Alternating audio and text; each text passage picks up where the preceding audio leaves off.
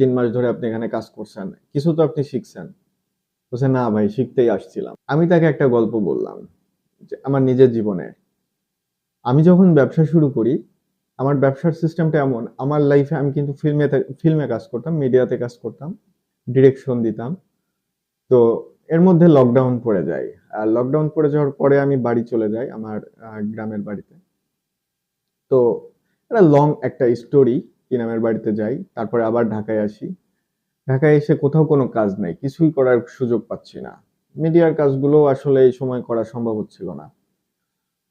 তো আমি ডিসিশন নিলাম যে আমি একটা জব করব, যেটা আমার একেবারেই পছন্দ না, বাট আবার একটা সিস্টেম, মানে জবটা ওইভাবে না যে আমি আমার সেক্টরেই মিডিয়াতেই যদি কোনো অ্যাড ফার্মে কাজ করি, তো সেখানে আমার স্যালারি আপনার 85,000 টাকা, আমি একটা জব পেয়েও গেলাম। তো 3 দিন পরে আসলে আমার মনে হলো যে জব জিনিসটা আমার জন্য না।